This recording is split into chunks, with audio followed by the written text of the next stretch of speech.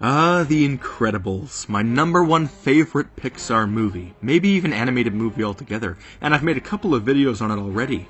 One where I tried calculating the maximum strength of their powers, and one where I combined the theories of a dozen other theorists to create a grand concept of Syndrome's plan. But today, upon watching a few videos by the YouTubers Super Carlin Brothers, scanning through the comment sections of multiple different videos of mine, and diving into the deep depths of Reddit fan theories, I figured something out that may or may not work for the movie, but regardless, it is cool.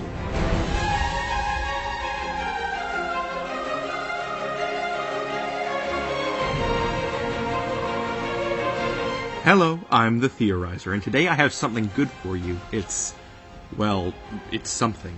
So I'm assuming that if you're watching this video, then you've seen The Incredibles, but anyways, Syndrome. A character who, honestly, is intricate, well thought out, and brilliant. Perhaps a little too brilliant? Perhaps he is a superhero, but not in the typical sense. Perhaps he has super intellect, and this is why he can rise through the ranks of a government and get filthy rich at such a young age. This is a theory which so many people have considered that it's actually scary. A few months ago I considered this as a possibility when analyzing a ton of Pixar movies at once. I binge-theorized Monsters, Inc., Ratatouille, and I was going to do The Incredibles, but I've been saving it for a while. Then, I read some YouTube comments of people asking if Syndrome's intellect could be considered a superpower, and I thought I could add to this concept. A few months back, Reddit user DRIKU12 said it quite well. But there are a couple of parts I think need changing up, which is finally leading me to share my theory on the topic. The person who wrote it claimed that Syndrome's telekinetic power is weakened due to him having Down syndrome. I disagree. As the top commenter on this post pointed out, it is very likely that Syndrome's name is based off of hero syndrome, a phenomenon that affects people who want recognition, to the point of creating a dire situation just to resolve it. Brilliant research, Reddit. But now it's my turn to look at this from a whole different perspective. So first we have to ask the legitimate question. Does Syndrome actually know he's a super, or is he hiding it so that he doesn't appear as a hypocrite? Keep in mind that supers don't have to be heroes, they can also be villains. But does he actually know that he is one? Well, let's look at the evidence. Syndrome doesn't appear to care. All he knows is that he's smart, that he can easily create powerful weapons and devices. When Mr. Incredible asks if Syndrome killed tons of heroes just to pretend to be one, Syndrome denies it, telling Bob that he's real enough to defeat the heroes. He says that he did it without the special gift of superpowers. So it appears like this boy, who I will forever refer to as Buddy from now on, isn't quite aware of the power he contains, the intellect. My question is, how would Syndrome be a super unless both his parents were? And here's where we need to dive deep into the Incredibles lore and figure out how superhero reproduction works. So everybody assumed that Mr. Incredible and Elastigirl had children with completely different powers, but that isn't true. Not entirely, at least. You see, Dash has powers which are sort of like a mix of both his parents. He has his mother's agility plus his father's strength, making him a mix between both. If you check the Incredibles bonus disc, Elastigirl's stats put her at full agility, and Bob's strength is maxed out. And what do you get when you mix strength and agility? Speed. Boom! Dash solved. Jack can also be explained off as his powers are still developing, but Violet, she's the odd one out.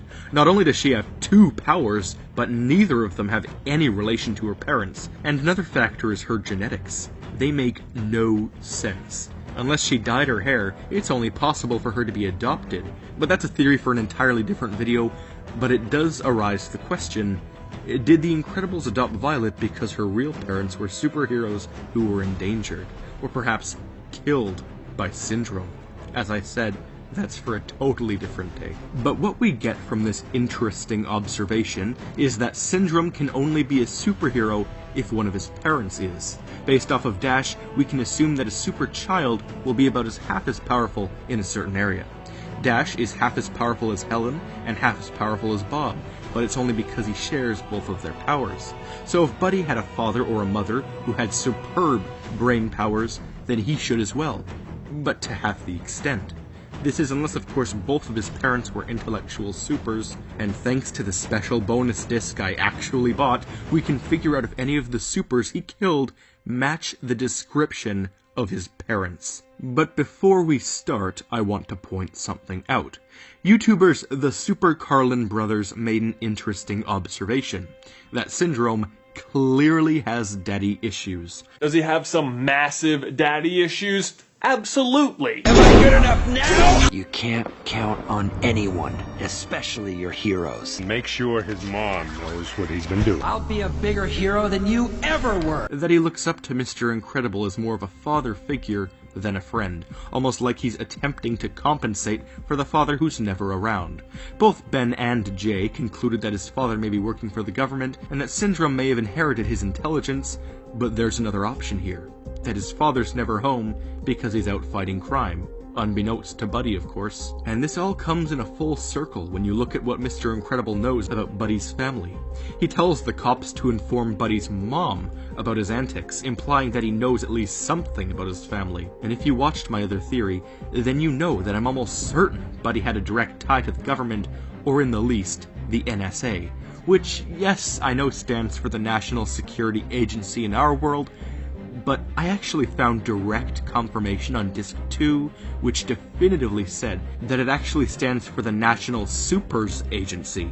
So I was pretty close with my old video, but for even more proof that Syndrome's affiliated with the NSA, look no further than the fact that he has literally all of their files, and the same computer.